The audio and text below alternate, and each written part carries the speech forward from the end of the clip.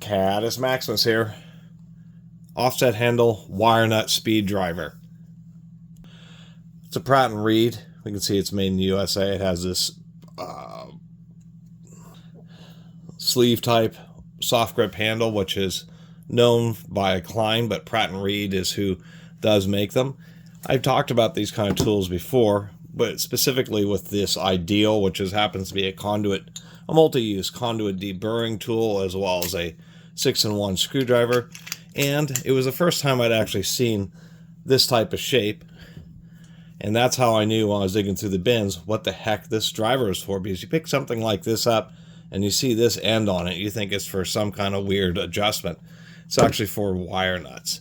So the Ideal is actually designed, well, I should say that there is just some variation with wire nuts. Primarily, it's, whether the wings are straight across, like on the Ideals.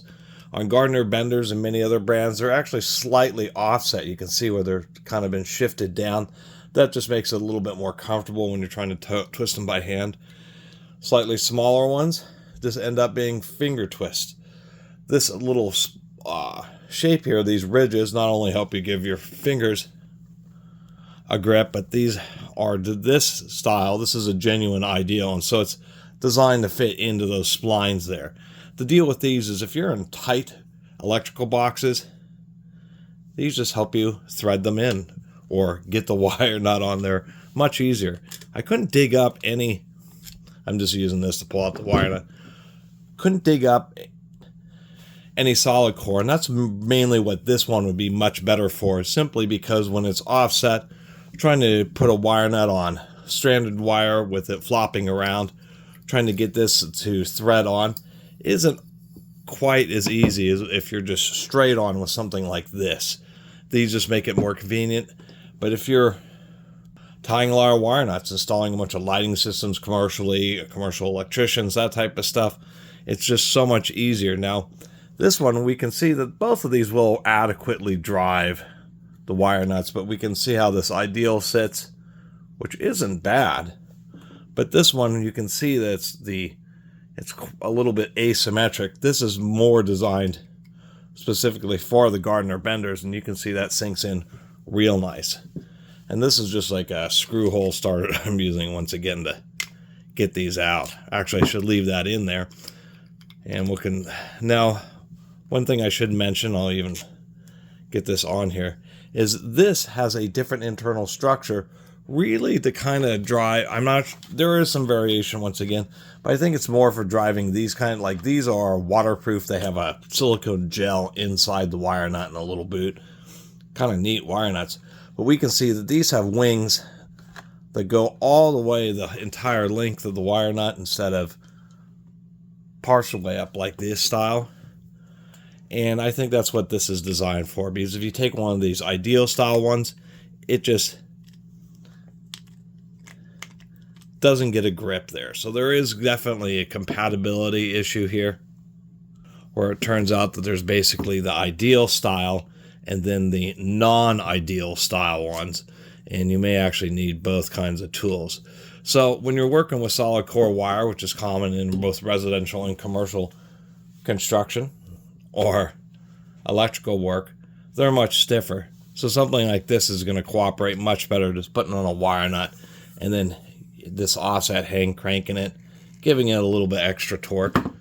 We'll see if I can get away with it at all. It's probably way too big of a wire nut for this size of wire. Sometimes they ask, you try to twist the wires together a little bit just to kind of hold them at the same length. If you're in a real tight spot and you can't twist the wires together, then you rely on the wire nut, but doing it beforehand just helps a little bit. Yeah, this is probably way too big of a wire nut for this. But to tell you the truth, it actually is working out just fine.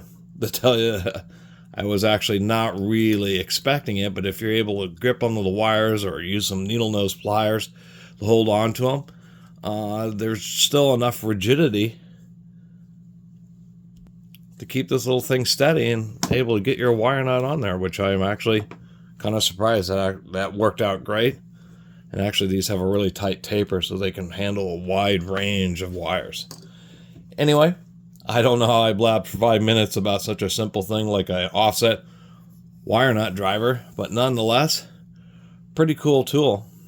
And yes, it's a lot faster than just the ideal hand driver, but once again, actually having them both would be great. But if you're working with solid core wire that's nice and rigid, the way that you can just spin this on, and this has taken off. There's a bunch of like wire nut sockets now, which are just little 1/4-inch hex drive versions of these things. I don't like those a lot, mainly because with the wire nuts, I shouldn't say that. If you have an electric drill and you have the clutch set all the way to low, you're probably going to not have to worry about actually stripping out wire nuts. And quote unquote, what stripping a wire nut does is if you twist it so hard that it actually breaks the little metal coil free, and so that the plastic cap will come off and you'll just be stuck with that little coil around the wire. So that's one of the things you have to watch out for, and why I kind of like hand tools like this. Something like this is just so lightweight and so quick when it comes to just a few turns you need for a wire nut, that this would still be competitive with the cordless tool, and it's a heck of a lot less bulky to boot. But these things are great. There's often times where it's just the wires just aren't very long, or you have a bunch of connections terminating in the one area, and it's just real hard to try to get the wire nut down in there and try to actually twist it with your fingers. And a tool like this just makes it an absolute breeze. Thanks for watching, and we'll see you next time.